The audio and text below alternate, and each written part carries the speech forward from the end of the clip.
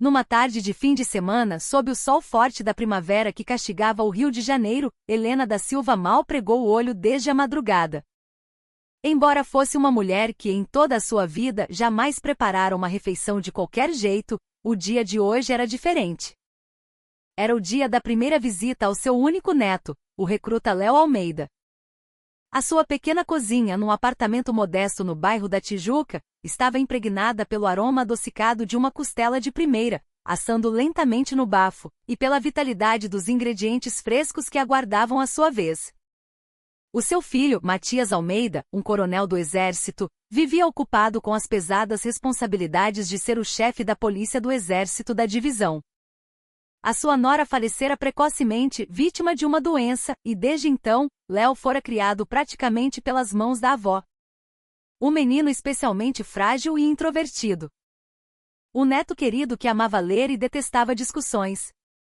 Quando ele anunciou que iria para o ambiente hostil do quartel, ela chorou por dias e noites a fio. O filho, Coronel Matias, tentou acalmá-la. Mãe, é algo que todo homem de família precisa passar uma vez. Não se preocupe tanto. Mas que a avó não sentiria o coração apertado ao se despedir do seu menino. As suas mãos moviam-se com agilidade. A costela, que ficará de molho durante a noite para perder o excesso de sal, foi cuidadosamente preparada e temperada com uma mistura de ervas frescas, alho e cebola que ela mesma plantava na sua pequena varanda. O som sibilante da panela de pressão, libertando o vapor, espalhava um cheiro delicioso que finalmente trouxe um leve sorriso aos seus lábios. A famosa costela no bafo da vovó Helena. A sua especialidade. Acreditava que com apenas um pedaço daquele manjar, o neto suportaria a dura vida militar. Além da costela, uma travessa de ovos recheados, fatias de abobrinha milanesa e uma farofa de banana da terra, pratos favoritos de Léo, foram magicamente criados pelas suas mãos e arrumados com esmero em vasilhas térmicas. Mãe, eu já disse que a levo de carro. Por que insiste em ir de autocarro? Disse o coronel Matias, já pronto para o trabalho, com uma expressão preocupada. A insígnia de coronel que brilhava no seu ombro exalava a autoridade do mais alto oficial da polícia do Exército, mas diante da mãe, ele não passava de um filho teimoso. Deixa disso. Não sou teu pai, sou? Se eu aparecer na frente do quartel com o chefe da PE, só vou prejudicar o menino. Os pais dos outros rapazes chegam e saem discretamente. Fazer alarde não vai trazer nada de bom, a voz de Helena foi firme. Ela não queria que o neto se sentisse deslocado entre os outros soldados por causa da influência do pai, nem que, pelo contrário, fosse alvo de inveja. O seu único desejo era que ele cumprisse o seu dever para com a pátria com as suas próprias forças, como qualquer outro jovem, e voltasse para casa em segurança. Mesmo assim, mãe, a senhora sozinha nesse caminho longo. Eu ainda não estou tão velha assim. Vá cuidar do seu trabalho e não se preocupe. Um homem que impõe disciplina aos soldados que protegem o país não pode desconfiar da própria mãe, pode? Ela brincou, dando-lhe um leve puxão de orelha enquanto pegava a sacola com as marmitas preparadas com tanto carinho. O coronel Matias não insistiu mais. Massageou os ombros da mãe e acompanhou-a até a porta. Ele permaneceu ali, observando a pequena figura dela desaparecer no final do corredor do velho prédio, por um longo tempo. Embora fosse ele o responsável por fiscalizar todas as injustiças e irregularidades do Exército, não havia nada que pudesse fazer para aplacar a ansiedade sobre o que o seu próprio filho estaria a passar lá dentro. Enquanto isso, a dezenas de quilômetros dali, no alojamento de uma unidade de infantaria do Exército, a tensão era palpável. O recruta Léo Almeida engolia em seco repetidamente enquanto arrumava o seu armário. A notícia da visita da avó tirara-lhe o sono na noite anterior. Não de alegria ou ansiedade, mas de puro medo. Ei, Léo, chamou o sargento Bruno Costa com uma voz arrastada, deitado na sua cama a folhear uma revista. Ele era o verdadeiro poder no quartel, uma calamidade ambulante. Corria o boato de que o seu pai era um peixe graúdo no comando do Exército em Brasília, e esse boato conferia-lhe um poder quase absoluto, acima de qualquer lei ou regulamento. Sim, sargento Bruno. A tua avó vem hoje, não é? Traz muita coisa boa? Acho que sim, senhor. Ótimo. Mais tarde vamos todos à sala de visitas. Vê se nos apresentas direitinho a tua avó, está entendido? Aquilo não foi uma pergunta, mas uma ordem. Léo já sabia que Bruno e a sua corja iriam arruinar a sua visita. Ele sentia um prazer sádico em estragar a primeira visita dos recrutas, uma espécie de ritual de passagem.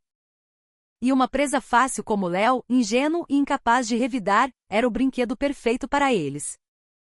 Nos últimos meses desde o seu alistamento, Léo viverá um inferno. A privação de sono era o básico, humilhações e espancamentos eram rotina. Ninguém o ajudava. Os oficiais, cientes da influência de Bruno, fingiam não ver.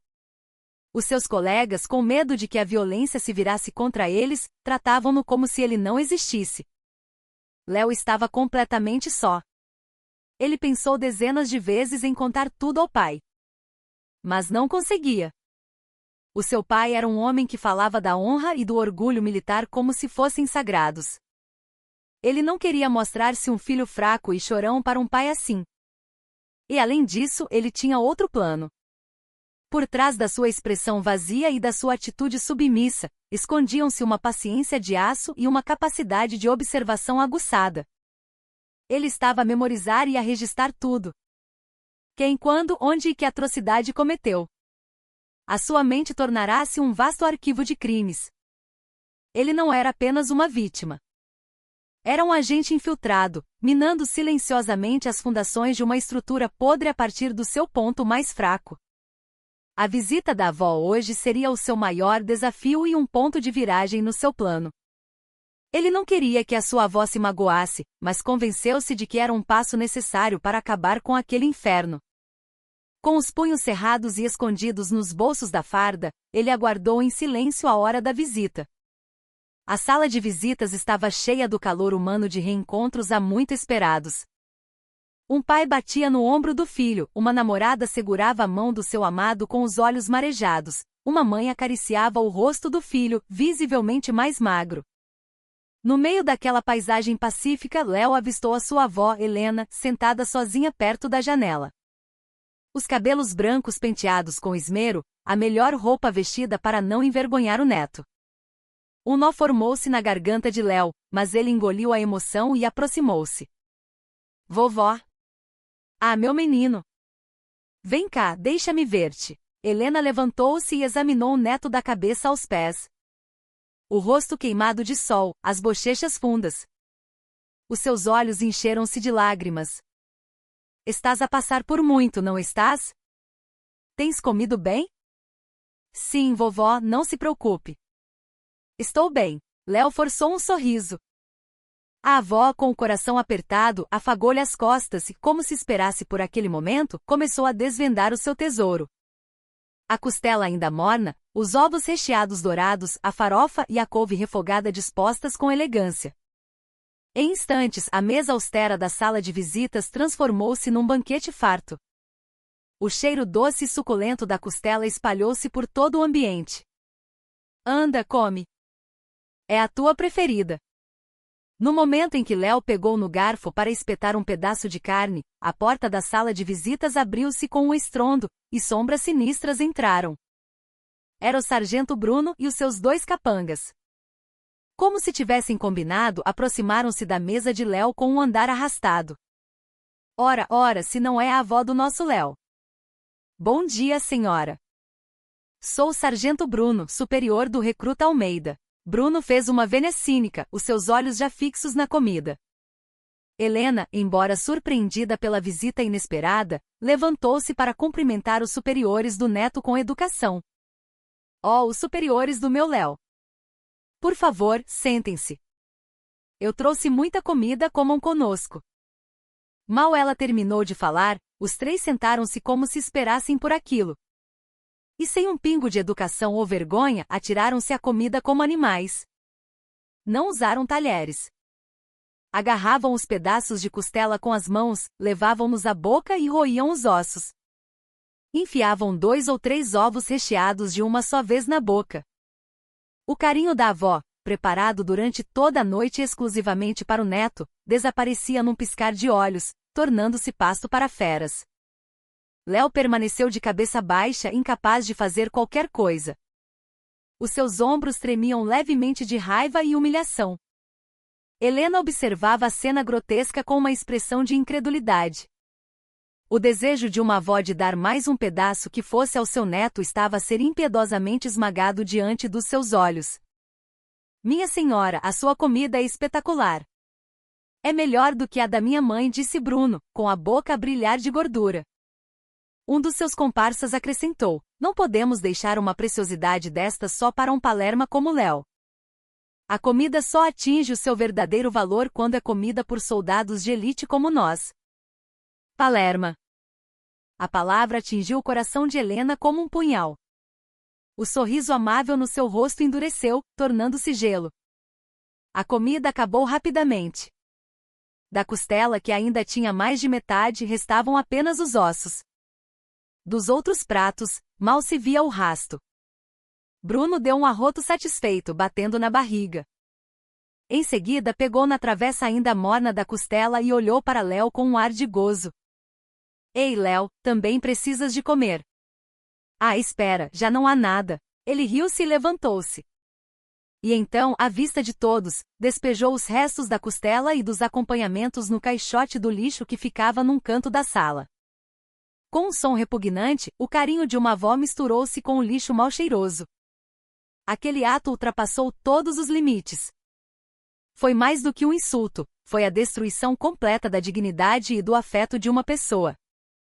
Todos na sala de visitas ficaram chocados com a cena, mas ninguém se atreveu a intervir. O corpo inteiro de Helena começou a tremer. Ela, que viverá toda a sua vida com retidão e bondade, acabará de testemunhar algo que estilhaçava o seu senso comum e a sua paciência. Bem, nós vamos andando. Vovó, obrigado pela comida. E não se preocupe com este idiota do Léo, nós vamos educá-lo direitinho. Quando o grupo de Bruno se virou para sair, com um sorriso de escárnio nos lábios, uma voz fria como gelo cortou o ar. Parem aí! Todos os olhares se viraram para Helena. Ela levantou-se e caminhou lentamente em direção a Bruno. Do seu corpo pequeno emanava uma aura gélida e inimaginável. Seu verme! Foram estes os modos que os teus pais te ensinaram? Bruno soltou uma gargalhada de desdém. O quê? A senhora está a querer dar-me lições, vovó? Ficou senil? Foi nesse instante. Helena agiu, talvez por instinto, talvez por um impulso incontrolável. Sem hesitar, ela levantou a perna e com toda a sua força, chutou a canela do jovem soldado, que era quase do seu tamanho. Um som surdo ecoou, e Bruno, apanhado de surpresa por um ataque que jamais esperaria, gritou e caiu no chão. A sala de visitas transformou-se num caos. Agarrado à canela, Bruno berrava, a sua boca cuspindo palavrões que não podiam ser repetidos. Ai, caralho! Esta velha maluca! Quem é que ela pensa que está a chutar? Apanhado de surpresa por um chute de uma idosa que parecia impossivelmente forte, ele sentia mais perplexidade e fúria do que dor. Os seus comparsas correram para o ajudar, e a confusão instalou-se. As outras famílias que ali estavam assustadas afastaram-se ou cochichavam à distância. Helena, porém, não demonstrou a menor perturbação. Permaneceu de pé, olhando de cima para Bruno, que se contorcia no chão. Nos seus olhos não havia medo ou arrependimento, apenas uma fúria gélida e um desprezo cortante. Um verme que não sabe respeitar os mais velhos. Hoje meteste com a pessoa errada. A sua voz baixa soou surpreendentemente clara no meio da desordem. Bruno, amparado pelos seus comparsas, conseguiu levantar-se. Mancando, aproximou-se de Helena de forma ameaçadora. Mas que merda é esta? Acha que pode fazer isto aqui? Agressão a um militar, obstrução do serviço. Vovó, ajoelhe-se e peça desculpa agora mesmo, antes que eu a entregue à polícia do exército. Apesar da ameaça, Helena não piscou. A sua atitude serena enlouqueceu ainda mais Bruno. Ele virou-se e agarrou bruscamente Léo pelo colarinho, que estava paralisado como uma estátua. Ei, Léo! Não ensinas a tua avó a ter modos? Eu não vou deixar isto passar. A partir de hoje, estás fudido. Vou mostrar-te como vou destruir a tua vida neste quartel. E vai dizer isso mesmo à tua vozinha. A chantagem cobarde, usando o neto como refém, foi a gota de água que quebrou o último fio de racionalidade de Helena. Mas ela não gritou nem usou mais força física. Em vez disso, com um gesto calmo e deliberado, tirou um telemóvel antigo da sua mala. Parecia que já esperava por toda aquela situação. Sem sequer procurar na lista de contactos, ela pressionou longamente uma tecla de marcação rápida. O telefone tocou uma ou duas vezes antes de a chamada ser atendida. Sou eu, a sua voz era perfeitamente calma, como se estivesse a perguntar o que haveria para o jantar. Matias? Estás muito ocupado agora? Ela transmitiu a sua mensagem de forma breve à pessoa do outro lado da linha. O barulho ambiente impedia que se ouvisse claramente o que dizia, mas algumas palavras foram distintamente captadas por quem estava perto. Visita do Léo. 7ª Divisão. 15º Regimento. Sala de visitas do 3º Batalhão. É melhor vires aqui. Bruno observava a cena com um sorriso de escárnio. Coitada. A ligar para quem? Para a esquadra da polícia do bairro, pensou ele, já se sentindo vitorioso. A chamada terminou rapidamente, durando menos de 1 minuto. Helena guardou o telemóvel na mala e disse a Bruno, não te mexas daí. Quero ver com os meus próprios olhos a tua carreira militar, e talvez a tua vida inteira, acabar aqui mesmo. As suas palavras carregavam uma estranha convicção e poder. Por um momento Bruno sentiu a sua arrogância vacilar, mas forçou um sorriso trocista. Ah! Que exibicionista! Chamou quem? O presidente da junta de freguesia? Passaram-se alguns minutos. Enquanto todos na sala de visitas observavam a situação com uma mistura de incredulidade e expectativa, um som agudo de pneus a chiar no asfalto ecoou do lado de fora do edifício. Momentos depois, o som pesado de botas militares marchando em uníssono ressoou pelo corredor, aproximando-se cada vez mais. Não era o som de uma só pessoa. Eram vários passos, movendo-se de forma perfeitamente coordenada. Bum! A porta da sala de visitas foi aberta com violência. A figura que apareceu na soleira da porta fez com que todos os militares presentes, incluindo Bruno, congelassem no lugar. Um capacete reluzente da polícia do exército, uma farda impecavelmente engomada e, acima de tudo, um olhar mais cortante que uma lâmina. No seu ombro, a insígnia de coronel do exército brasileiro brilhava intensamente. Era o coronel Matias Almeida, chefe da polícia do exército da divisão. Atrás dele, 4 agentes da PE completamente armados, estavam perfilados. A chegada do coronel Matias fez a temperatura da sala de visitas cair a níveis glaciais. O seu olhar percorreu o caos da sala, o lixo onde a comida fora tirada e, por fim, a mão de Bruno a agarrar o colarinho do seu filho. O seu rosto estava impassível, uma máscara de frieza, mas nos seus olhos ardia uma fúria vulcânica. Senhor Coronel, chefe da PE. O que faz aqui? Gaguejou um oficial que estava por perto. Bruno e os seus comparsas já estavam pálidos como cera. A aparição súbita do homem conhecido na divisão como ceifador era, para eles, uma sentença de morte. O coronel Matias nem sequer olhou para o oficial. Entrou a passos largos e parou em frente a Helena da Silva. Com uma expressão séria, mas com a voz mais respeitosa do mundo, ele perguntou, mãe, a senhora está bem? Mãe? Com essa única palavra, todo o som na sala de visita cessou. A mão de Bruno afrouxou, largando o colarinho de Léo. As suas pupilas tremiam violentamente, como se um terremoto o estivesse a abalar por dentro. Chefe da polícia do exército. Mãe. Léo Almeida. As peças soltas do quebra-cabeças juntaram-se na sua mente, formando uma imagem terrível. A palavra mãe dita pela boca do coronel Matias, um tratamento tão íntimo e pessoal, atingiu a sala de visitas com uma força destrutiva maior do que qualquer grito de comando militar. O tempo parou. O ar congelou. O sargento Bruno tentava desesperadamente processar o que acabará de ouvir, mas o seu cérebro já estava paralisado. Na sua mente apenas uma palavra ecoava no vazio: fudeu. O coronel Matias olhou para a mão de Bruno que agarrara o seu filho e depois para a farda amarrotada de Léo. Em seguida, o seu olhar moveu-se para a comida miseravelmente despejada no lixo. A comida que a sua mãe passara a noite a preparar com tanto carinho. Os seus olhos vacilaram por uma fração de segundo. Mas não era tristeza ou compaixão. Era a calma sinistra que precede a explosão de uma fera. Ele ergueu novamente a cabeça e olhou para Bruno. Desta vez, não havia mais emoção nos seus olhos. Apenas a frieza de um agente da lei a executar o seu dever. Foste tu? A sua voz era baixa, mas o peso contido nela esmagou o corpo de Bruno. Sem se dar conta, Bruno ajoelhou-se. Sim. Senhor chefe da PE.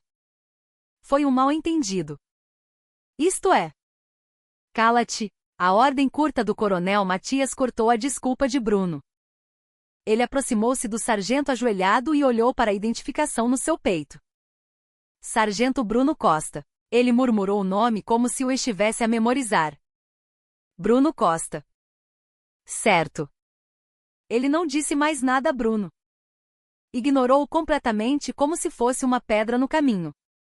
Virou-se para os agentes da PI que estavam perfilados atrás de si e ordenou com um gesto de queixo: prendam este e aqueles dois ali também. Os três em flagrante. A ordem foi concisa e decisiva. Os agentes moveram-se sem hesitação, torcendo os braços de Bruno e dos seus comparsas para trás e imobilizando-os. Ele não. Senhor chefe, eu errei. Eu mereço morrer, gritou Bruno, finalmente percebendo a realidade, debatendo-se, mas era impossível escapar das mãos dos agentes treinados. Os seus cúmplices, pálidos como fantasmas, não ofereceram resistência, sendo arrastados sem poder fazer nada. Acusações: insulto a superior, agressão e ameaça a militar em serviço, dano a material do exército. E o que mais vos ocorrer? Metam-nos já na prisão militar da divisão. E não numa cela comum. Na solitária. A mais escura, onde não entra um raio de sol, a voz do coronel Matias era gelo puro. Ele não estava a citar artigos do Código Penal, parecia estar a proferir uma sentença de morte. E o oficial de dia desta unidade. Tragam-no à minha presença imediatamente. Não, melhor. Contactem o comandante do batalhão, do regimento e o próprio comandante da divisão. Digam a todos os oficiais de comando disponíveis que o chefe da PE da divisão convocou uma reunião de emergência. Quem não estiver aqui em 30 minutos, seja quem for, será considerado culpado de insubordinação. A sua ordem desafiava o senso comum. Um coronel, chefe da PE, a convocar os seus superiores, o comandante do regimento e até o comandante da divisão, era um claro abuso de poder, um ato que poderia ser visto como insubordinação. Mas, perante a sua autoridade avassaladora, ninguém ousou questioná-lo. Naquele momento, naquele lugar, a lei e o rei eram ele. Depois que toda a confusão foi resolvida, restaram na sala de visitas apenas o coronel Matias, a sua família e algumas testemunhas apavoradas. Só então o coronel desfez a sua expressão dura e aproximou-se da sua mãe, Helena. Mãe, desculpe tê-la assustado. A senhora não se magoou? Eu estou bem. Eu estou bem, mas o nosso Léo... Helena não conseguiu terminar a frase, segurando com força a mão do neto, que continuava paralisado. Matias parou em frente ao filho, Léo. Viu os ombros magros do rapaz, o rosto sombrio e os pequenos arranhões, e sentiu uma dor lancinante no peito.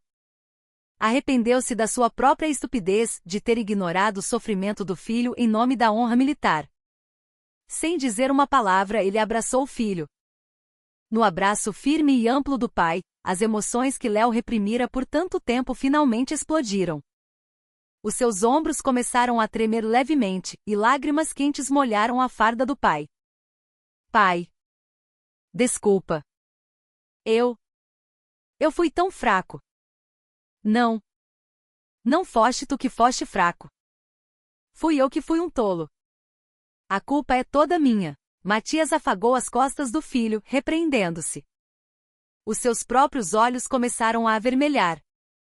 Ele ajudou o filho a sentar-se numa cadeira e pegou na travessa da costela, caída ao lado do lixo. Fria, mas parecendo ainda guardar o calor da sua mãe.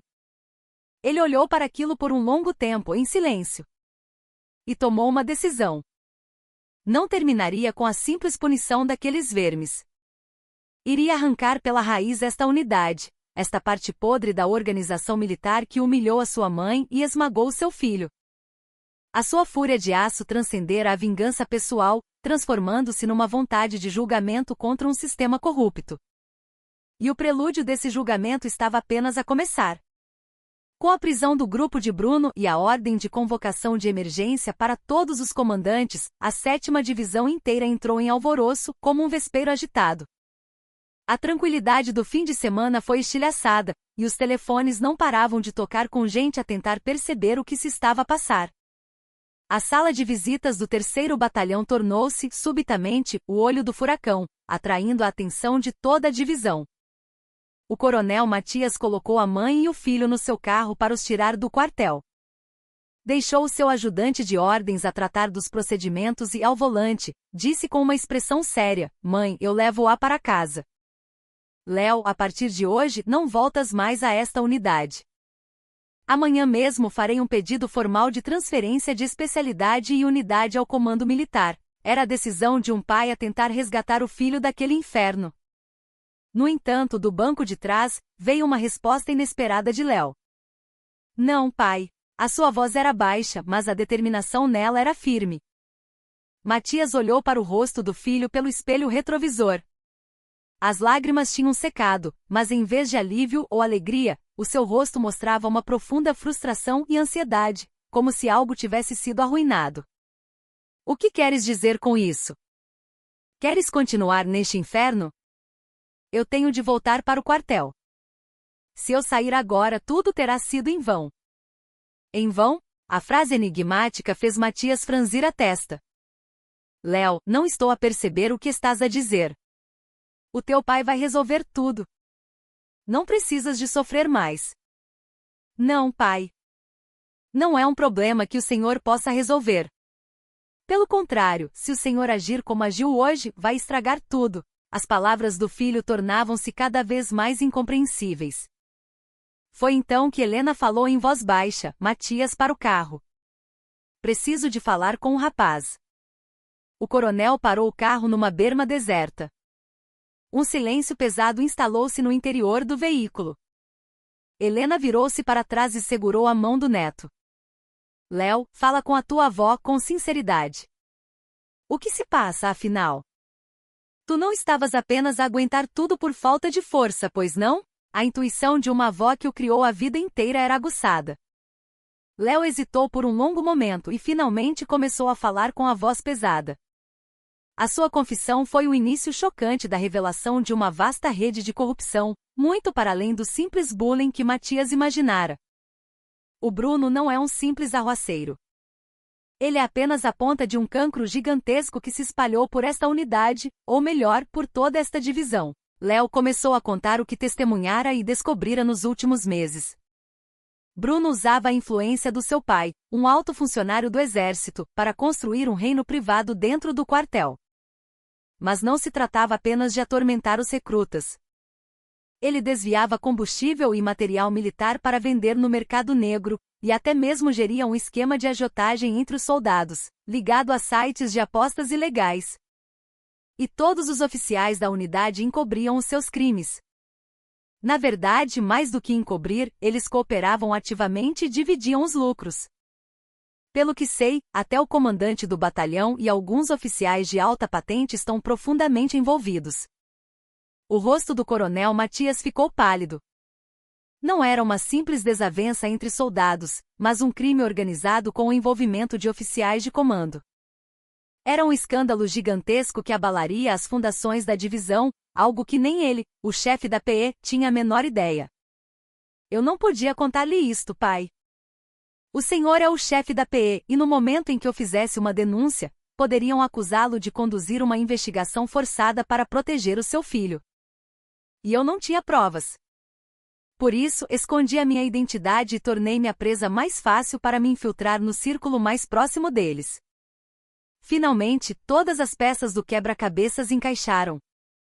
O silêncio submisso do filho não era cobardia. Era uma infiltração de vida ou morte para desvendar a verdade sobre uma vasta organização criminosa. Ele registrara tudo, as transações de dinheiro, as datas e horas em que o material desaparecia, o conteúdo das conversas dos envolvidos. Ele esperava silenciosamente pelo momento certo para obter a prova definitiva, evitando levantar suspeitas. Quando soube que a vovó vinha, eu sabia que o Bruno viria estragar a minha visita. O meu plano era gravar a conversa, na esperança de que eles dissessem algo incriminador sobre os seus crimes. Era a última fase do meu plano, continuou Léo com uma voz frustrada. Mas o senhor apareceu. O chefe da PE, seu pai, virou o quartel do avesso por minha causa. Agora eles vão perceber que eu não era apenas uma vítima, mas alguém que estava a investigar. O Bruno vai calar-se, e os verdadeiros cérebros por trás dele vão destruir todas as provas e cortar os laços. A sua raiva, pai, arruinou todo o meu plano. O coronel Matias sentiu como se tivesse sido atingido na cabeça por um martelo. A sua ação, destinada a salvar o filho, transformará-se no pior erro possível, arruinando o plano arriscado do rapaz e permitindo que o mal maior se escondesse novamente. Cego pela fúria e pelo sentido de justiça, ele não conseguirá ver o quadro geral que o seu filho pintava. No seu rosto de aço, pela primeira vez, surgiu uma sombra de profundo arrependimento e autocensura. O ar dentro do carro ficou pesado como chumbo. O coronel Matias agarrou o volante, sem conseguir dizer uma palavra. A verdade revelada pelo filho abalou os alicerces do seu orgulho como militar e da sua convicção como pai. Ele pensava que estava a fazer justiça, mas na verdade, acabará de empurrar a verdade sobre um mal gigantesco de volta para as profundezas. Helena apertou com mais força a mão trêmula do neto. Léo, e agora? Vais desistir? A pergunta da avó. Léo ergueu a cabeça. Nos seus olhos já não havia frustração. Em vez disso, brilhava uma luz fria e racional, como a de um estratega a traçar um novo plano perante um imprevisto. Não. O plano foi alterado, mas a guerra não acabou. Pelo contrário, a verdadeira guerra começa agora. Ele virou-se para o pai, o coronel Matias. Pai, o que está feito, está feito. Não há tempo para lamentar os seus erros. A partir de agora, o senhor terá de ser a minha espada. Perante o olhar ousado e firme do filho, Matias ficou momentaneamente sem palavras. O filho já não era alguém a ser protegido. Era o comandante na linha da frente de uma batalha contra um inimigo poderoso, e ele, agora, teria de se tornar a sua arma mais poderosa, movendo-se de acordo com a sua estratégia. O que queres que eu faça? Matias perguntou, não como um coronel, mas como assessor do seu filho. Primeiro, mande-me de volta para o quartel. Se eu desaparecer, eles pensarão que desisti e fugi, ou que me escondi sob a sua proteção. De qualquer forma, isso dá-lhes a tempo para pensar. Tenho de reaparecer diante deles. Na minha forma mais impotente e fraca. Só assim eles baixarão a guarda e voltarão a agir. A ideia de empurrar o filho de volta para a toca dos leões fez com que Matias quisesse instintivamente opor-se, mas ele não podia negar que era a tática psicológica mais eficaz. É demasiado perigoso. E se eles já souberem quem tu és? Eles ainda não têm a certeza. A probabilidade maior é que pensem que tiveram o azar de se meterem com o filho do chefe da PE. Se eu continuar a parecer tão submisso e indefeso como antes, eles continuarão a desprezar-me, mas ao mesmo tempo a sua presença, pai, criará um dilema que os impedirá de me tocar levianamente. Essa confusão é a brecha de que precisamos. O plano de Léo era meticuloso. Segundo, o senhor tem de consertar o que fez hoje. Peça desculpa ao comandante da divisão e aos outros oficiais, dizendo que perdeu a cabeça por causa de um problema com o seu filho. Vai parecer que a sua autoridade foi diminuída, mas essa é a maneira mais segura de os tranquilizar. Crie a percepção de que o grande Matias, afinal, é apenas um pai babado quando se trata do filho. E o terceiro e mais importante ponto, suspenda imediatamente a investigação sobre o Bruno e mande-o de volta para a sua unidade. O quê? O pedido incompreensível fez com que Matias e Helena protestassem ao mesmo tempo. Libertar aquele verme? Tu sabes o que ele te pode fazer? Pai, o Bruno é o isco. Se o mantivermos preso, o cérebro por trás dele nunca se vai mostrar. Temos de o libertar. E vigiar todos os seus movimentos, 24 horas por dia. Ele certamente entrará em contato com os seus superiores para relatar a situação e receber instruções sobre como proceder. Precisamos de encontrar essa ligação. O plano do filho era audacioso e arriscado. Usar-se a si mesmo como isco para acalmar o inimigo e libertar o adversário mais ameaçador para apanhar um peixe maior. Era uma aposta perigosa. Mas o coronel Matias sentiu instintivamente que tinha de apostar tudo naquela jogada. Está bem. Farei como dizes. Mas preciso de uma garantia mínima para tua segurança. Matias pensou por um momento e depois fez uma chamada secreta para o seu ajudante de ordens. Sargento Lima, vou dar-lhe uma missão ultra-secreta. Selecione 2 dos nossos melhores agentes, os mais discretos e com maior capacidade de combate da divisão. A partir de hoje, eles serão transferidos para o 3º Batalhão. A sua cobertura será de soldado do rancho ou da administração. A missão deles é uma só: seguir o recruta Léo Almeida como uma sombra, 24 horas por dia, garantir a sua segurança e reportar-me diretamente todos os seus movimentos e os das pessoas ao seu redor. Ninguém, exceto você, eu e esses 2 agentes, pode saber desta missão. Mantenha o mais alto nível de sigilo de toda a força. Assim, o erro do pai tornou-se uma nova jogada na guerra do filho. O chefe da PE, Coronel Matias, abdicou de toda a sua autoridade e honra para se tornar o ator secundário no perigoso palco desenhado pelo filho. A partir daquele momento, a sua luta deixou de ser uma vingança pessoal e transformou-se numa gigantesca operação de espionagem pelo destino do exército. Tal como o coronel Matias previra quando os comandantes que ele convocara chegaram à sala de visitas, a situação já estava resolvida, deixando-os confusos. Matias, dirigindo-se ao comandante do regimento, ao do batalhão e ao chefe de Estado-Maior da divisão, que chegará mais tarde, disse de forma educada mas firme: peço desculpa pela perturbação de hoje. Perdi a cabeça por um momento devido a um problema com o meu filho. Assumo toda a responsabilidade. Sem mais explicações, ele retirou-se. A sua atitude inexplicável gerou inúmeras especulações na divisão. O chefe da PE tentou virar a divisão do avesso por causa do filho, mas foi travado por alguém de cima. Afinal, o outro lado tinha mais influência, e ele teve de recuar. Todo tipo de rumores se espalhou. Tal como Matias pretendia, a sua autoridade foi abalada, e ele ganhou a alcunha jocosa de Pai Coruja. 2 dias depois, contra todas as expectativas, o sargento Bruno foi libertado da prisão militar e voltou para sua unidade. O seu regresso causou uma onda de choque no 3º Batalhão. Longe de ser punido, ele apareceu com um ar desafiador, como se nada tivesse acontecido. Os soldados cochichavam: nem o chefe da PE consegue meter-se com o filho de um general. A simpatia por Léo transformou-se rapidamente em desprezo por ter causado problemas desnecessários. Léo também regressou à unidade no dia seguinte. O seu rosto continuava sombrio, e ele tornou-se ainda mais calado do que antes.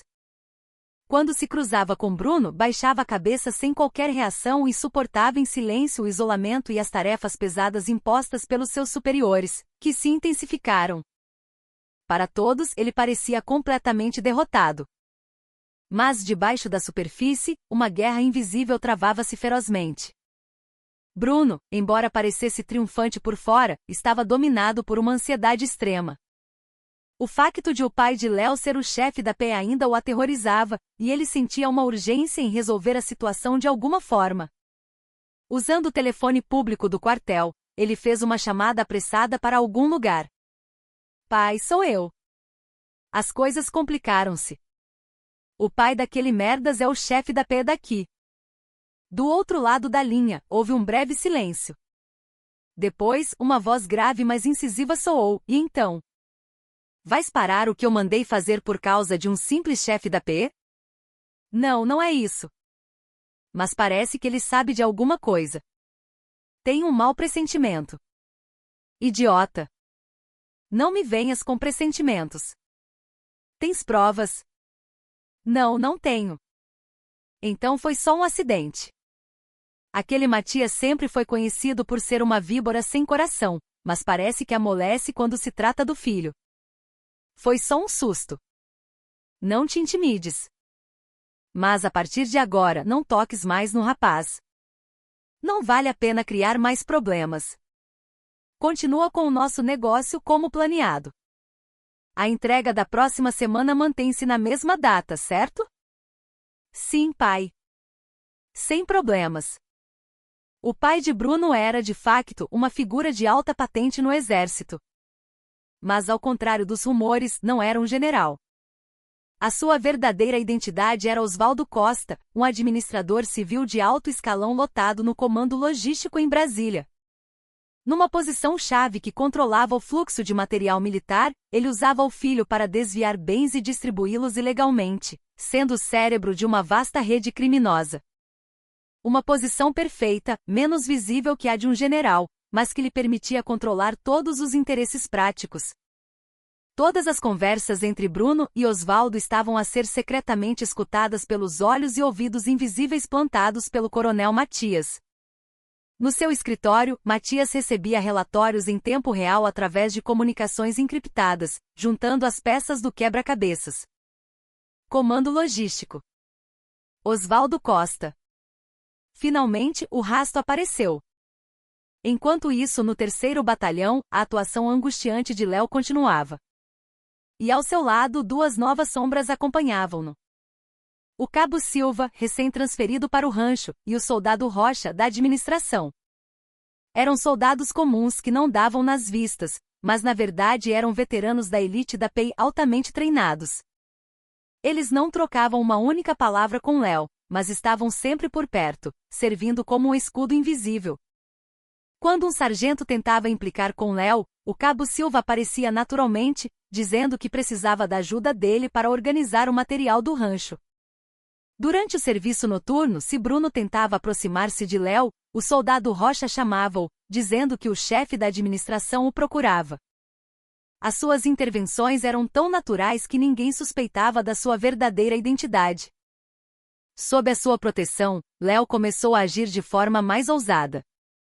Ele revirou o lixo deixado pelo grupo de Bruno e encontrou pedaços de recibos com registros de acesso a sites de apostas ilegais.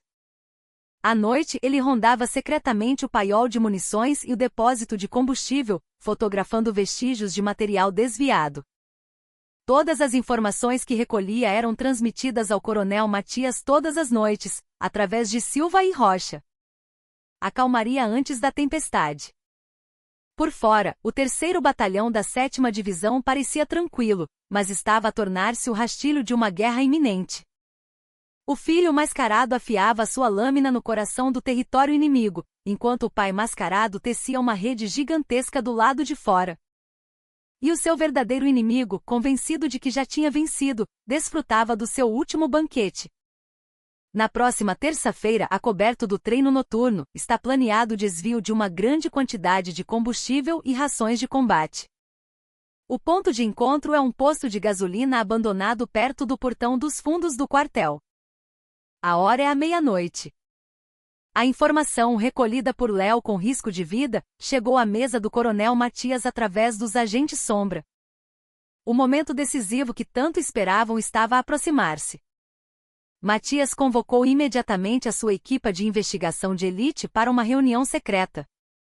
O objetivo da operação era capturar Osvaldo e Bruno Costa, pai e filho, juntamente com os seus cúmplices internos e a rede externa, de uma só vez.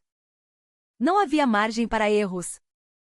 O Major Nogueira, chefe da equipe de investigação, apresentou o plano. Na terça-feira, à meia-noite, vamos cercar completamente o posto de gasolina abandonado e invadir o local. As escutas indicam que Bruno e os cúmplices internos transportarão o material pessoalmente, e os membros da rede externa pagarão no local. Matias olhou para o mapa, pensativo. Invadir o local não seria difícil. Mas não era suficiente. Apanhá-los em flagrante seria apenas prender alguns ladrões, dando a Osvaldo, o cérebro da operação, a desculpa perfeita para cortar os laços. Ele poderia simplesmente alegar que o filho se envolveu com mais companhias. Precisamos de uma prova irrefutável, uma smoking gun, que demonstre que Osvaldo é o mandante de todos estes crimes. Ele pegou noutro relatório de Léo. Segundo a informação do meu filho, Léo, logo após uma transação bem-sucedida, o Bruno liga sempre para o Osvaldo de um local específico dentro do quartel para reportar o resultado. É um armazém velho atrás da cantina. Um ponto cego para as câmaras de vigilância e pouco frequentado. Os olhos de Matias brilharam. Vamos alterar o plano de operações. Não vamos invadir o local. As suas palavras deixaram todos os investigadores na sala de reuniões de olhos arregalados. O nosso verdadeiro alvo não é o posto de gasolina, mas sim o armazém atrás da cantina. No momento em que o Bruno terminar a transação e ligar para o Osvaldo a dizer que foi um sucesso, vamos obter o conteúdo dessa chamada como prova, ali mesmo. E com base nessa chamada, prenderemos simultaneamente o Osvaldo no comando logístico. Temos de criar uma prova inegável de que pai e filho planearam e executaram o mesmo crime juntos.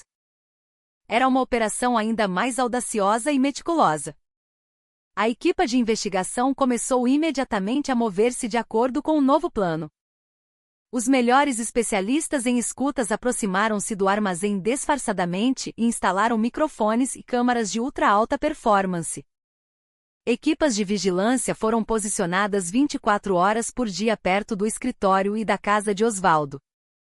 A rede gigantesca estava a ser tecida silenciosa e firmemente. No dia da operação, o 3º Batalhão estava agitado com o treino noturno. A escuridão e o barulho dos exercícios eram o ambiente perfeito para cometer um crime. Léo, misturado na formação, observava atentamente toda a situação. O seu coração batia descontroladamente, mas a sua mente estava fria como gelo. Perto da meia-noite, tal como planeado, Bruno e o seu cúmplice, o sargento do depósito, o sargento Ferreira, abandonaram a formação discretamente. Sob o manto da escuridão, subiram para um caminhão militar carregado com o combustível e as rações de combate que tinham desviado. Os agentes sombra de Léo filmaram todo o processo em segredo, reportando em tempo real a Matias. O caminhão dirigiu-se ao portão dos fundos. O guarda de serviço já estava comprado. O caminhão saiu do quartel sem qualquer impedimento e dirigiu-se ao ponto de encontro, o posto de gasolina abandonado. Nos arredores do posto, agentes da PE de Matias, disfarçados de civis, observavam tudo. Momentos depois, um sedã preto entrou no posto. Os homens que saíram do carro eram claramente do mundo do crime.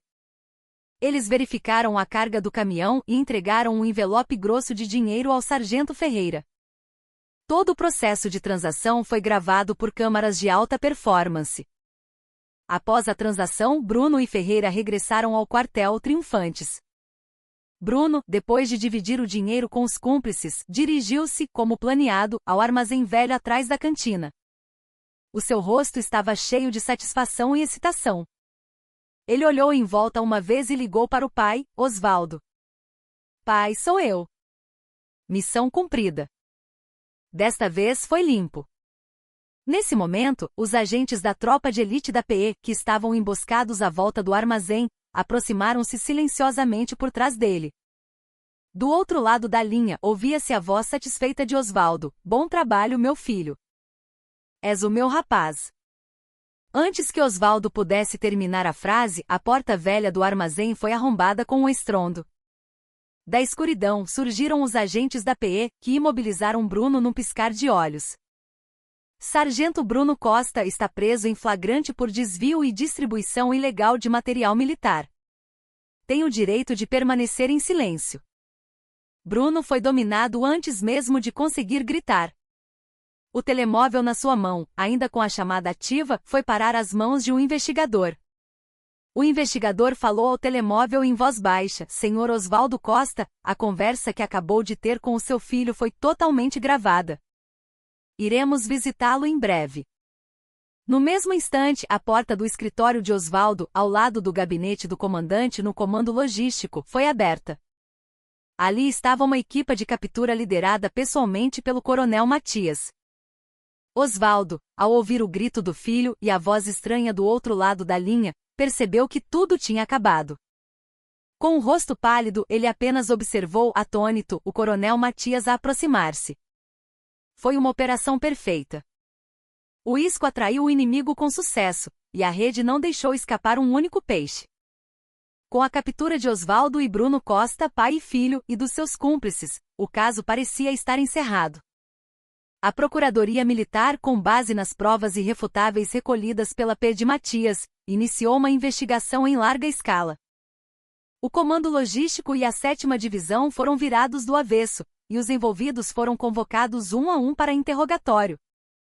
Léo Almeida, pelo seu papel como denunciante interno, teve a promessa de dispensa antecipada do serviço militar, e o coronel Matias foi aclamado como um herói que erradicou uma grande rede de corrupção do Exército. Enquanto todos celebravam a vitória da justiça, Léo, sozinho, sentia que algo não estava certo. A sua intuição aguçada avisava-o de que o caso ainda não tinha terminado. A sua suspeita tornou-se certeza quando ouviu a notícia de que o sargento Ferreira, o sargento do depósito que fora preso, se suicidara durante o interrogatório na Procuradoria Militar. Sem deixar uma única carta de despedida, ele tirou a própria vida, dizendo que assumiria toda a culpa. Uma morte demasiado súbita e estranha. Ferreira era uma peça-chave nesta rede criminosa. No momento em que a sua confissão poderia revelar tudo, a sua decisão de se suicidar era, no mínimo, difícil de aceitar. Léo partilhou as suas suspeitas com o pai. Pai, algo está errado. O Ferreira não era o tipo de pessoa para se matar. Ele adorava a família e estava desesperado para reduzir a pena e sair o mais rápido possível. Isto parece um assassinato disfarçado de suicídio, ou então ele foi forçado a calar-se por uma pressão enorme de alguém. O coronel Matias partilhava da mesma suspeita.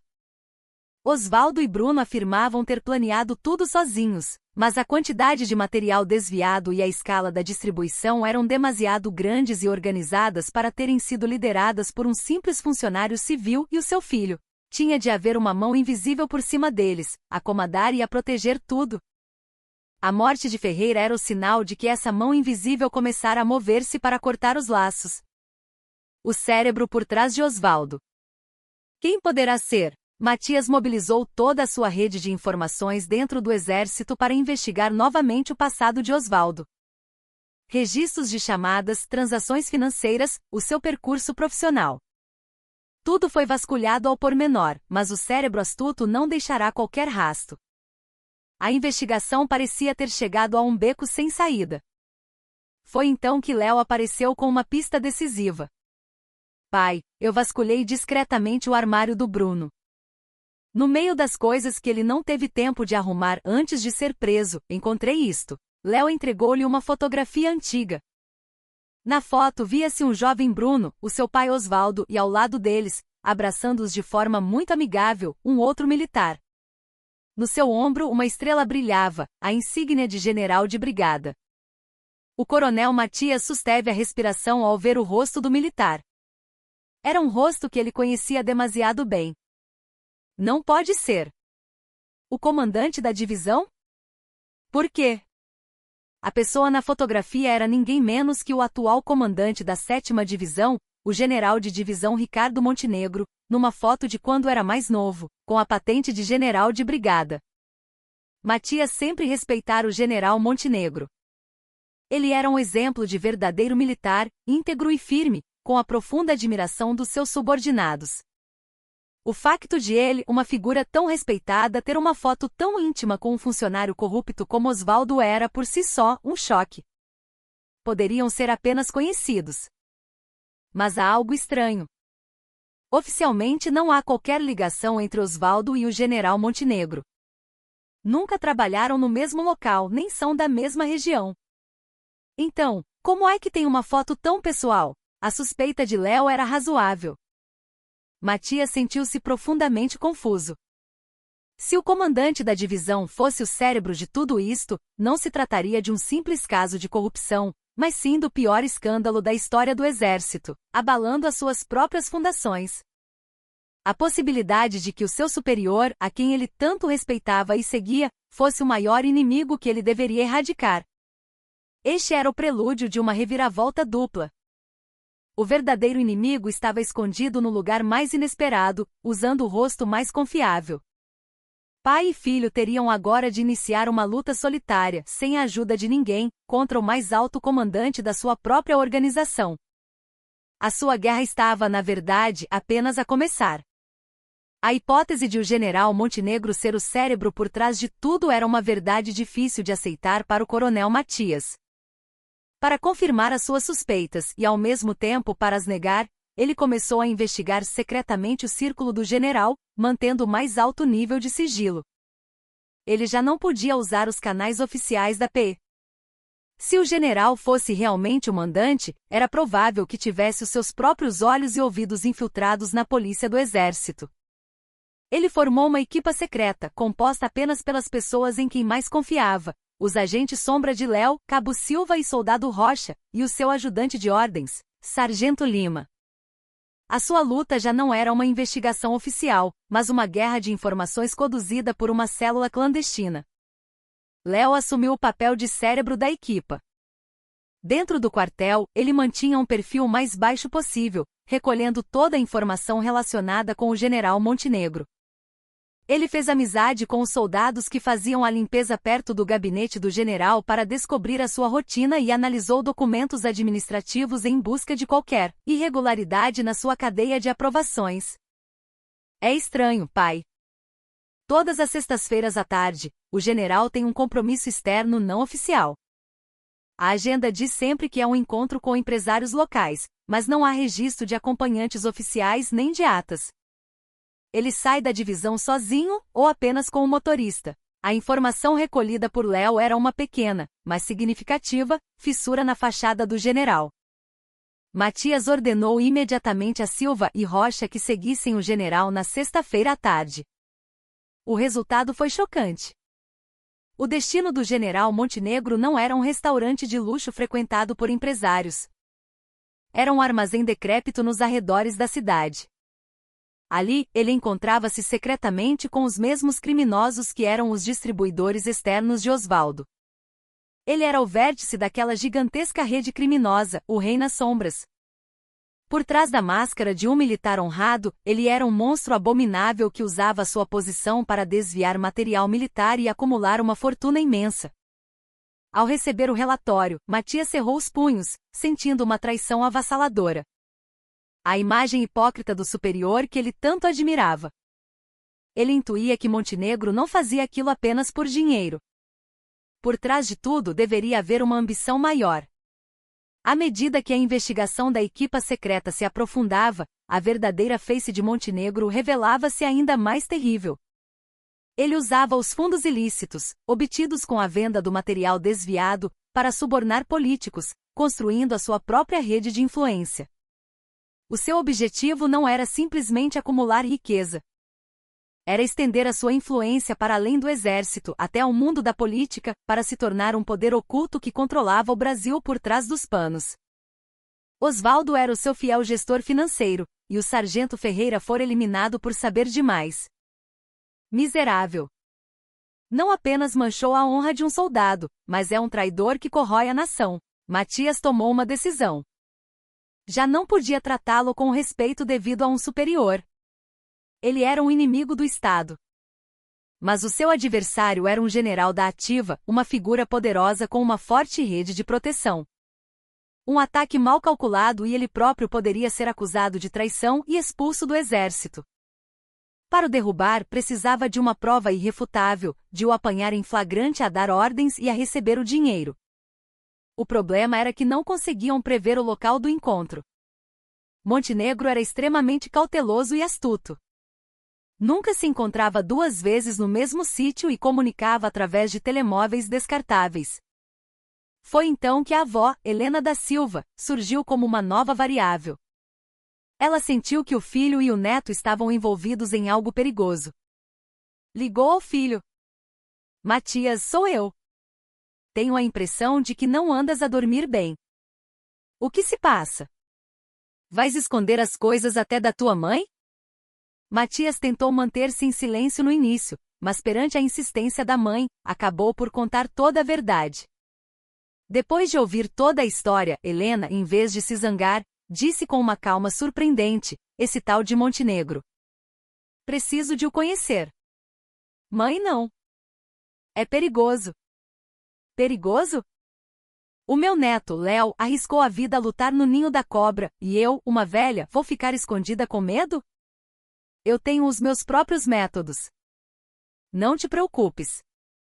Dias depois, Helena visitou a divisão a pretexto de uma visita de agradecimento às tropas. Ela trouxe centenas de pastéis que ela mesma fez e elogiou o trabalho do general e de todos os soldados. O general Montenegro, tratando-a com a máxima deferência por ser a mãe do chefe da PI familiar de uma vítima do recente incidente, recebeu-a no seu gabinete. Enquanto tomavam um café, Helena, fingindo ser uma idosa ingênua, disse a Montenegro: Senhor general, por causa do meu filho, o senhor deve ter tido muitos problemas.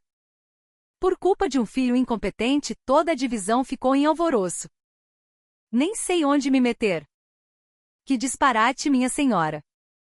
O coronel Matias é um exemplo para o exército e um dos meus subordinados mais estimados. O seu neto também é um excelente soldado. Pelo contrário, somos nós que lhe pedimos desculpa. Montenegro sorria com uma hipocrisia benevolente. Foi então que Helena lançou o isco decisivo. Sabe, senhor general, depois de tudo isto, fiquei muito preocupada com o nosso exército. Por isso pensei. Gostaria de doar as economias de uma vida inteira para o bem-estar dos soldados da nossa divisão. Não é muito, mas espero que seja usado para algo bom para os rapazes. Ela estendeu-lhe subtilmente uma cópia de um extrato bancário que preparara. Na conta estavam as suas poupanças de uma vida, somadas a uma parte considerável do salário de Matias, totalizando centenas de milhares de reais. Por um instante, o olhar de Montenegro vacilou. Helena não perdeu o detalhe. Dinheiro. Era o seu ponto fraco mais fatal. Minha senhora, uma quantia tão grande.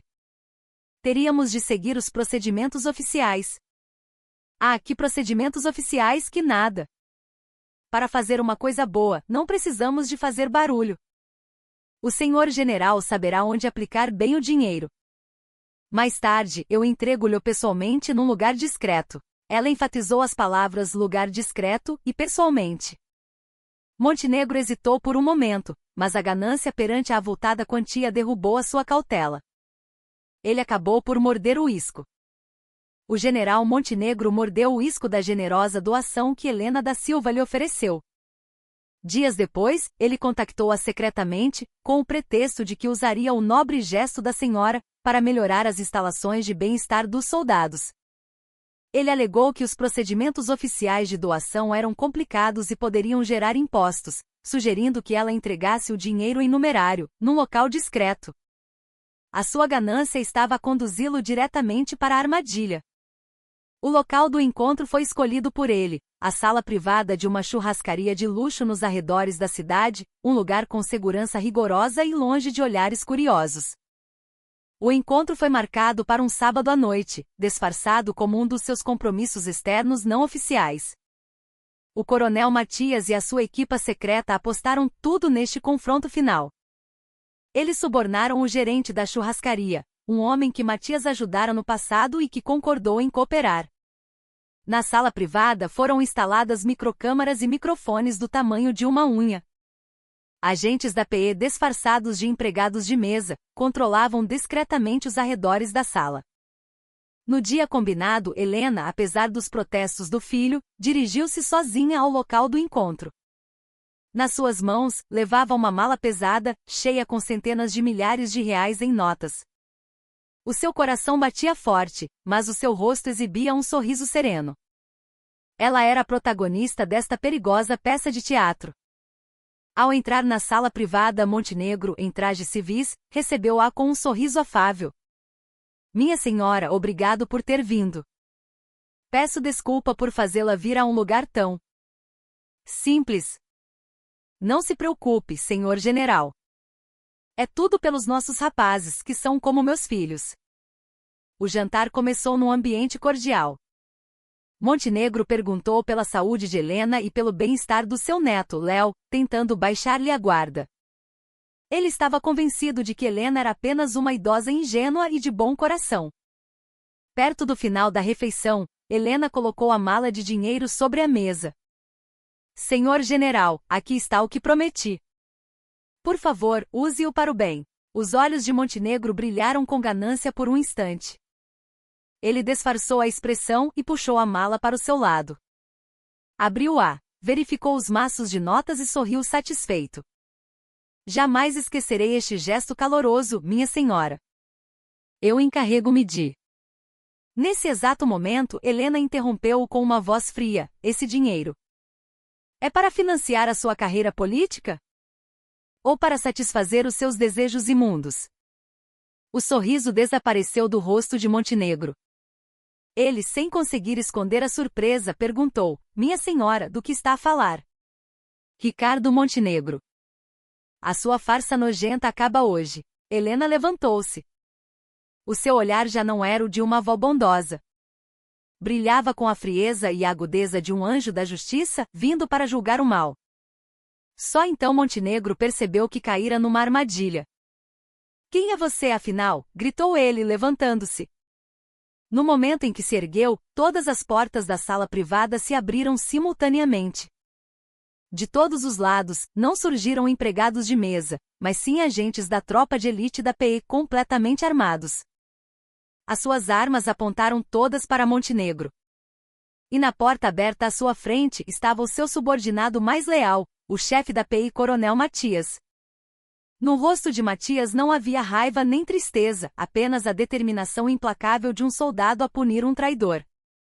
General de divisão Ricardo Montenegro está preso em flagrante pelos crimes de traição, abuso de poder, suborno e instigação de desvio de material militar, de acordo com o Código Penal Militar. A voz de Matias encheu a sala. Montenegro, pálido como um fantasma, olhou alternadamente para Matias e para Helena.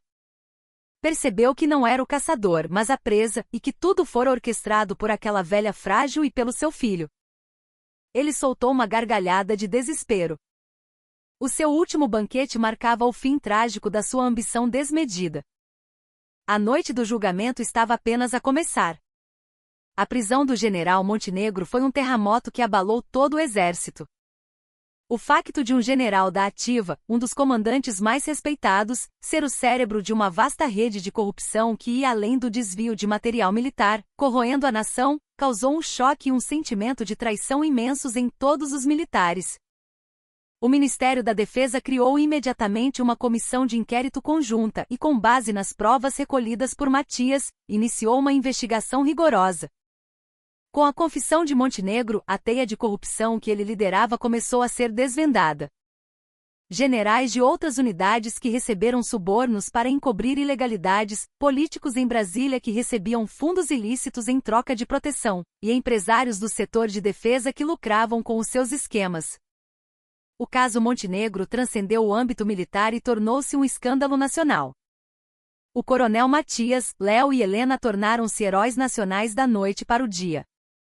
A imprensa elogiava a família de 3 gerações que defendeu a consciência do exército, e a sua coragem era notícia diária. Em especial a infiltração de Léo no coração do território inimigo e a audácia de Helena, que apesar da sua fragilidade, enfrentou o cérebro do mal, inspiraram uma profunda admiração e catarse em toda a nação. No entanto, os 3 protagonistas, no meio de tantos elogios, regressaram discretamente aos seus lugares.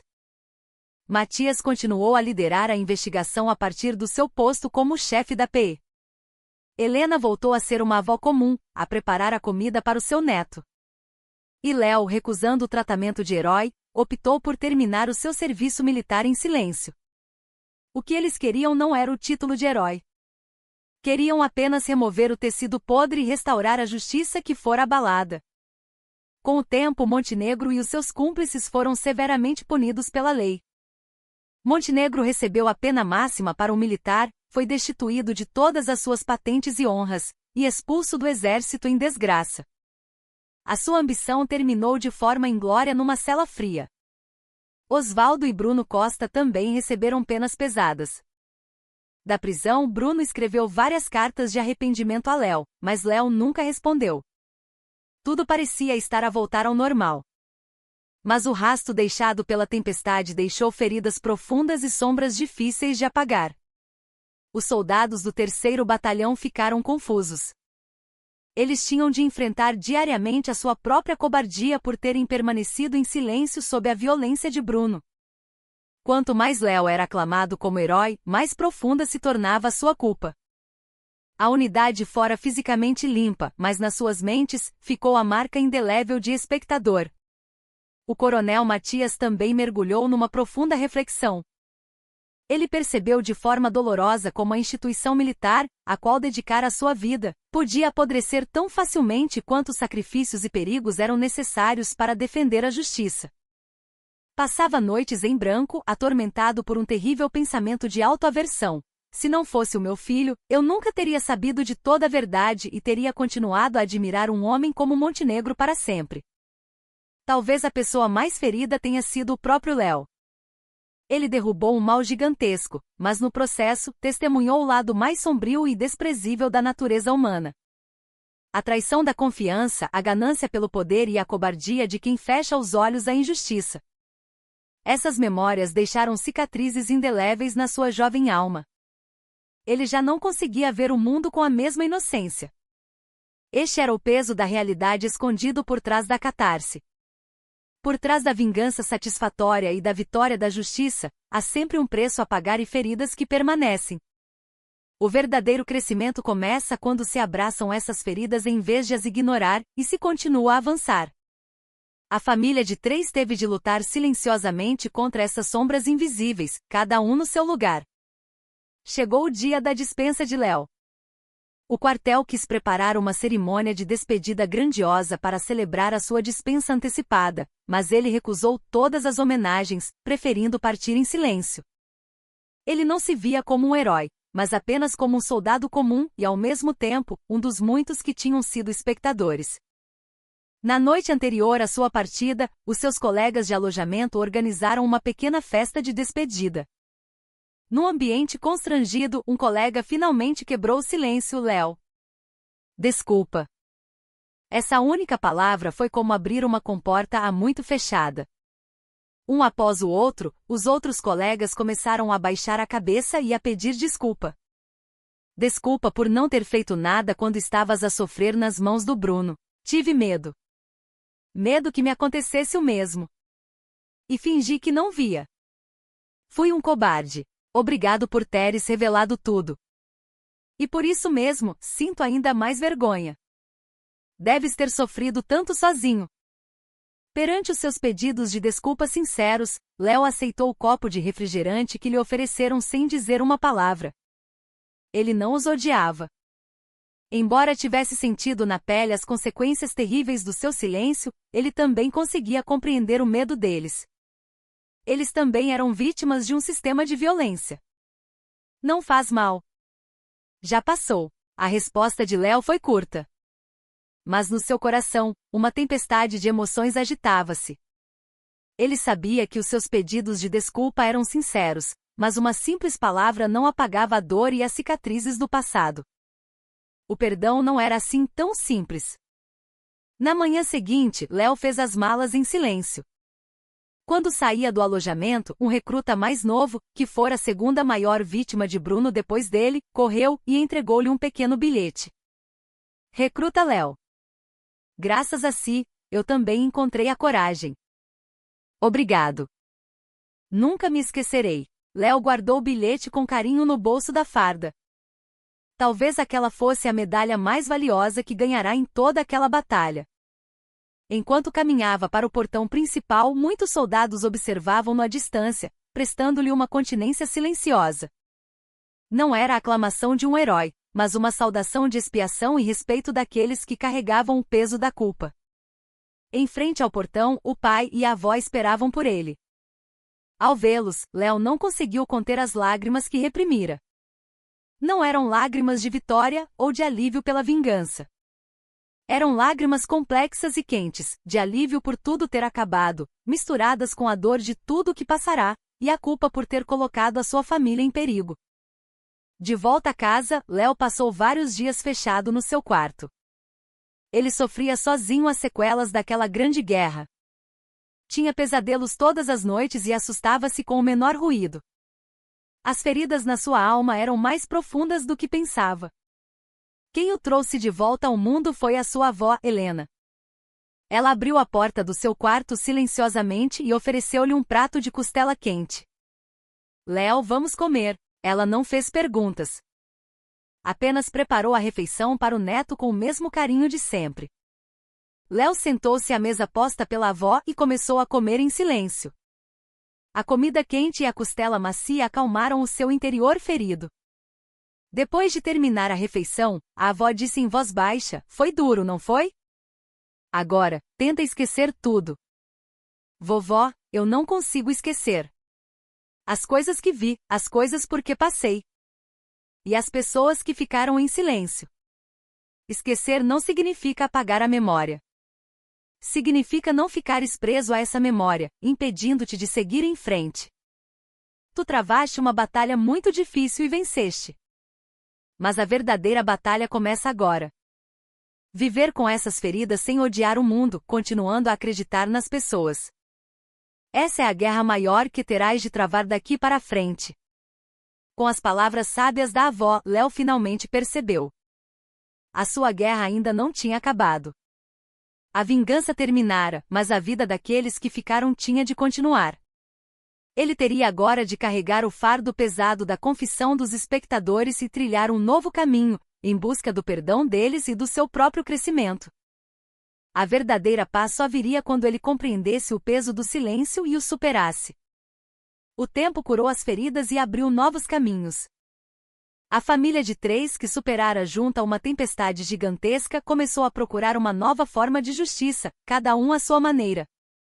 Léo, em vez de voltar para a faculdade, suspendeu os estudos por um tempo e começou a viajar pelo Brasil. Ele queria perceber que a sua experiência no exército não fora um caso isolado. Conheceu pessoas de todos os tipos e, ao ouvir as suas histórias, descobriu que em todos os cantos da sociedade existiam outros Brunos e inúmeros Léos, forçados a silenciar perante a violência. Ele já não se detinha na sua dor pessoal. O seu olhar voltou-se para as contradições estruturais da sociedade e para o sofrimento dos mais fracos. Ao regressar da sua viagem, ele decidiu ingressar na faculdade de Direito com um novo sonho: tornar-se um defensor público. Decidiu transformar a sua dor na força para curar a dor dos outros. O coronel Matias, pelo seu papel na resolução do caso Montenegro, era um forte candidato à promoção para general, mas ele recusou todas as honras e pediu a reforma. A luta ao lado do filho fê-lo perceber o quão cego estivera como peça de uma engrenagem militar gigante. Ele despiu a farda e decidiu dedicar-se a fiscalizar e a reformar o exército a partir de uma perspectiva civil. Em colaboração com várias ONGs, ele trabalhou para criar um sistema de proteção para denunciantes dentro das Forças Armadas e propôs políticas para melhorar a cultura dos quartéis, dedicando o resto da sua vida a aumentar a transparência da instituição. Ele já não era um soldado com uma arma na mão, mas tornou-se um novo tipo de soldado, a defender a justiça no exército de uma forma mais poderosa do que nunca. A maior transformação foi a de Helena da Silva. Com este caso, ela experimentou em primeira mão como a pequena coragem de uma avó comum podia mudar o mundo. Ela já não era apenas uma idosa que ficava em casa a cozinhar para o neto. Ela reuniu famílias de militares que passaram por dores semelhantes e criou um pequeno grupo de apoio.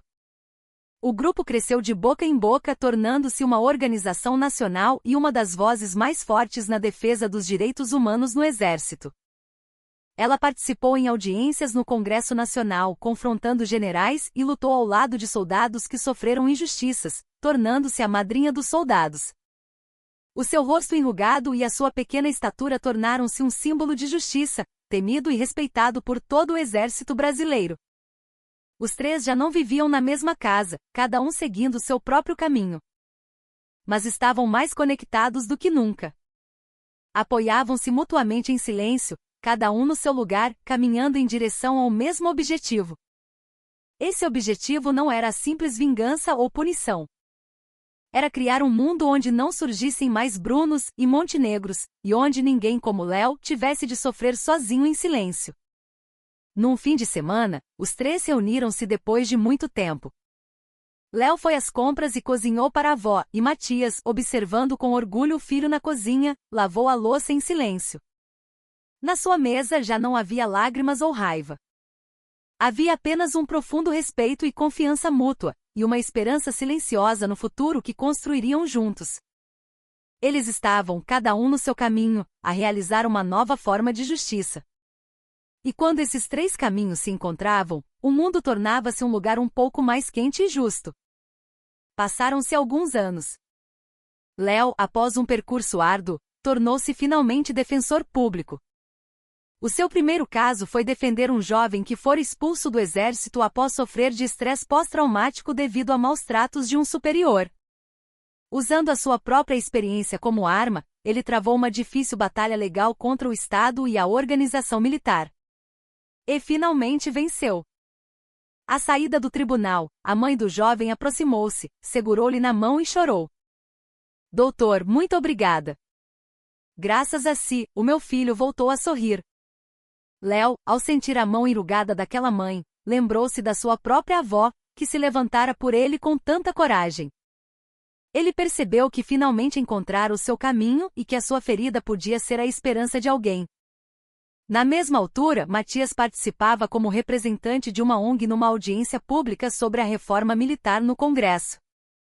Com uma lógica afiada e vasta experiência, ele defendia a necessidade de uma lei que garantisse a independência da justiça militar e a proteção dos direitos dos soldados. Cada uma das suas palavras carregava o peso do íntegro chefe da PEI fora e a angústia do pai que tivera de testemunhar a dor do filho. Após a audiência, um jovem deputado aproximou-se e cumprimentou-o com uma vênia profunda. Senhor, a sua voz corajosa inspirou-me profundamente. Eu encarrego-me de fazer aprovar a lei que o senhor propôs. Matias viu nos olhos daquele jovem político a centelha de esperança que ele próprio perderá no passado. Naquela noite, Léo e Matias, como se tivessem combinado, dirigiram-se ao velho apartamento de Helena. Era o aniversário da morte da sua nora, a mãe de Léo. A casa, como antigamente, estava impregnada pelo cheiro delicioso de costela no bafo. Desta vez, fora Léo quem a preparara, pois a avó já tinha dificuldades de locomoção. O sabor não era o mesmo da avó, mas o carinho contido era exatamente igual. Os três, em frente a um pequeno altar improvisado, recordaram o ente querido que partirá. E depois jantaram juntos. Léo, parabéns por te teres tornado defensor. A tua mãe, se estivesse aqui, ficaria tão feliz, disse Helena, segurando a mão do neto. Foi tudo graças à avó e ao pai. Léo sorriu, envergonhado, e colocou os maiores pedaços de costela nos pratos da avó e do pai. Agora, és tu que fazes coisas maiores do que nós. Tenho orgulho em ti, meu filho, disse Matias com uma expressão satisfeita. Entre os três já não eram necessárias muitas palavras. Eles não falavam sobre os tempos terríveis que passaram juntos.